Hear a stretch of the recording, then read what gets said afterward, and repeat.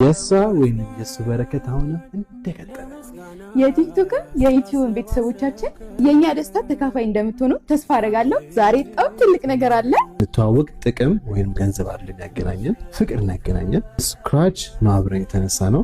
እንግዲህ ሁላችሁም በዩቲዩብ የዛሬ 7 ዓመት አካባቢ ታቆናላችሁ። እንዴት እንደመጣን በምን ውስጥ እንዳለፍን እንዴት እንዳደገን የመጀመሪያው ቤታችን ራሱ ታውቁታላችሁና ተመስገን ማለት ፈልጋለሁ። እሷ ወይ እሱ ሲመጡ እንዳሁኑ በረከት እንዳመጡት ሁሉ ኢቫናም ናታንም ሶፊም ሲወለዱ በረከት አመጣዋል። ኢቫና እንግዲህ ስትወለድ በዩቲዩብ በጣም ስኬታማ አድርጋናለች። ማለትም በማይ ሄንድ ኪድ ቭሎግስ ታውቃላችሁ አይደል? ተመስገን። አሁንም ናታን ጊዜ ደግሞ በዩቲዩብ ጥሩ እውቅና ስላገኘን ማይ ሄንድ ኪድ ኢምፖርት ኤክስፖርት የሚለውን ከፍተን አይተነው የማናውቀውን ገንዘብ እንድናያርጉናል። እናንተ ነው በምታውቁት ኢቫና ስቶር። ሶስተኛው ደግሞ ሶፊ በተወለደ ሰዓት ደግሞ እስቲ የውጭ ሀገር ኑሮ በቃን ወደ ሀገራችን መለስ ብለን ደግሞ ለመጀመሪያ ጊዜ ትልቁን ሀብታችንን ትልቁን ንብረት ያፈራንበት ልጃችን ነው።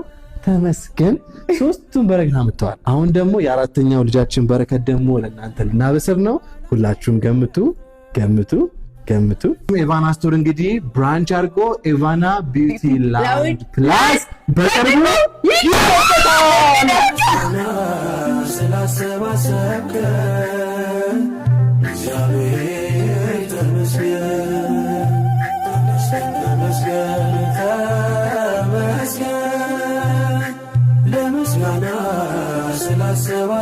ስላሰባሰብከን እግዚአብሔር